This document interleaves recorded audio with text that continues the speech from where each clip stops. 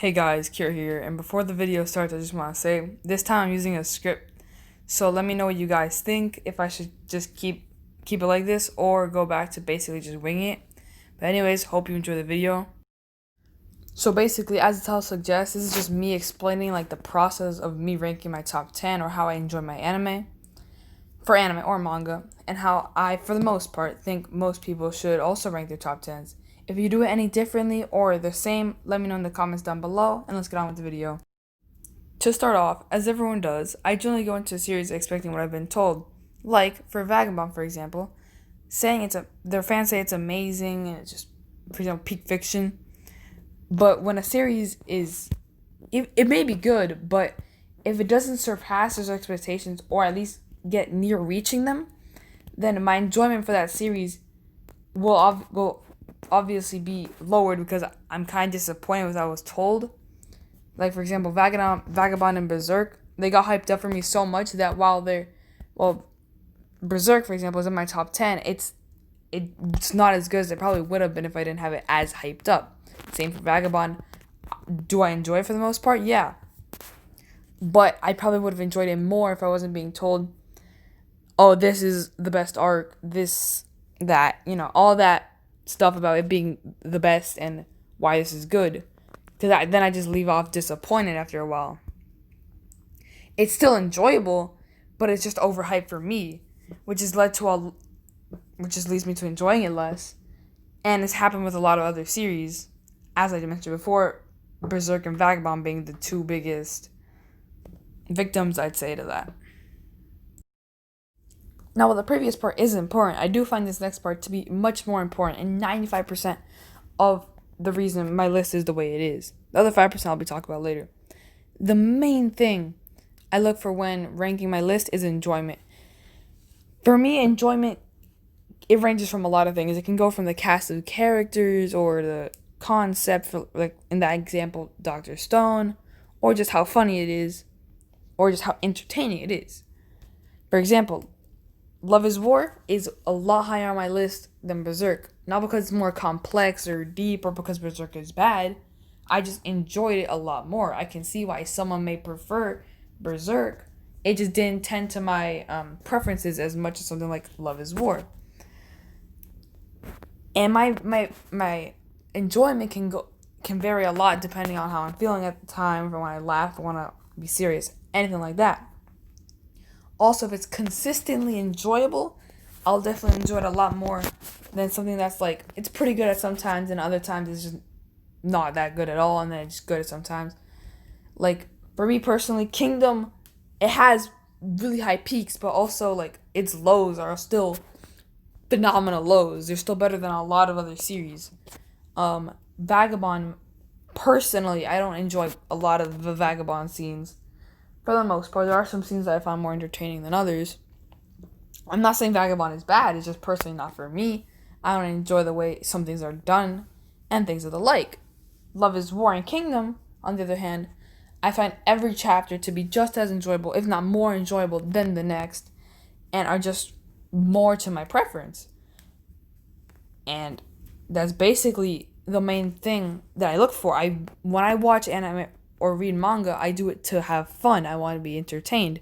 I don't want to do it to be analyzing or to be an elitist or anything like that. Do I still like to analyze a series? Yeah, but I don't. And can that still increase my enjoyment of the series? Yeah, but it's not my main thing. I look for in a series, just pure enjoyment, how fun it is to read. That's basically just the main part. There are more parts, and I'll talk about that. Now the two main things I wanted to say before I started this are over. I'm going to just go into that 5% I mentioned earlier, which is a few things. The first being what I took away from the series, like life lessons and stuff. For example, Vinland Saga, a beautiful story, amazing cast. All that is great. My favorite part about it is the lesson or the theme, let's say, it had, which was just to be more peaceful and just happiness and all that. It really makes anyone who reads it just want to be more peaceful or a pacifist. Unlike other people, I personally find the series very hard to dislike. There are some points that are just not as entertaining as others, but what you take away from a series like that, I think more than makes up for it in that aspect. And it's just a beautiful series. I really have no other way of describing it. Or another thing, for example, is if the series, I don't want to say changed me, but like if I wanted to try something new because of that series. So like for example, I've seen a few people just like me who watched Food Wars and wanted to start cooking. That's a pretty big part because it's personal. It can be close to you because of that, which is why Food Wars is higher on my list than others, and it probably will be higher if I keep watching the anime. Or Haikyuu, for example, in my top 5, I'd say. And it may, because of the way they portrayed food and Food Wars and volleyball and Haikyuu, it really makes you want to try that thing out. I think that's a great thing that a series can do and can really help you enjoy that series more if you enjoy that thing it tells you or it makes it look cool.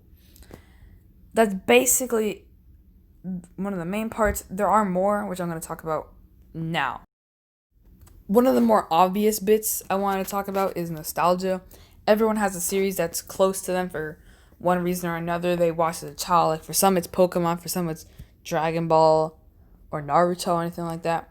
Personally, for me, that series is Magi. I've been watching Magi for over 5 years when I only watched anime off of Netflix. I've just rewatched that countless times. I'm probably going to rewatch it soon again for like the second time the past year. For me, Magi just hit different. I've just been watching it. It's just a part of me. And I don't think I can ever get bored of it. It gets better with every time I watch. And I'm really excited to read the manga. But nostalgia can really help me enjoy a series. And just like for others as well, while some people have Dragon Ball so high, yeah, I'd still say it's a really good series. But I do think for some people, nostalgia is a big part. I think that's a great thing if a series is that good for you for so many years. Some series are good and you just forget about them. And yeah, that's it for nostalgia. The last and final thing I want to mention is how much there is to talk about a series. I know it's a pretty obscure, I want to say obscure, a more random thing, but I just like being able to talk about the series, which a lot of the time can help me enjoy it. For example, One Piece was my favorite series for so long because I could talk to other One Piece fans and about anything from fan theories to analyses to what the next chapter is going to be, all of that. And at the time, I still found the One Piece fandom to be really enjoyable because of all those weird and creative analyses and fan theories. Another series that also has a lot to talk about that I'm still watching is Monogatari. It has a lot of analyses, a lot of things you can try to dissect from it. Sometimes it's just some of the fans just analyze, in my opinion, too much to the point there's no point in analyzing some of the stuff. But I don't mind. And yeah, for me personally, One Piece is just the biggest series in that aspect of just stuff to talk about. I guess you could say like the mysteries in One Piece and all that. It's just really fun to talk about One Piece. Really, if a series is popular, it's obviously going to have more of a possibility of being higher in that aspect. And yeah, that's the last thing I want to talk about. If you guys enjoyed the video, remember, try to leave a like, and let me know what you thought down below. I have an idea of what I want to do for the next video, but I need to find out who wants to, like, if anyone wants to do it with me. But yeah, see ya.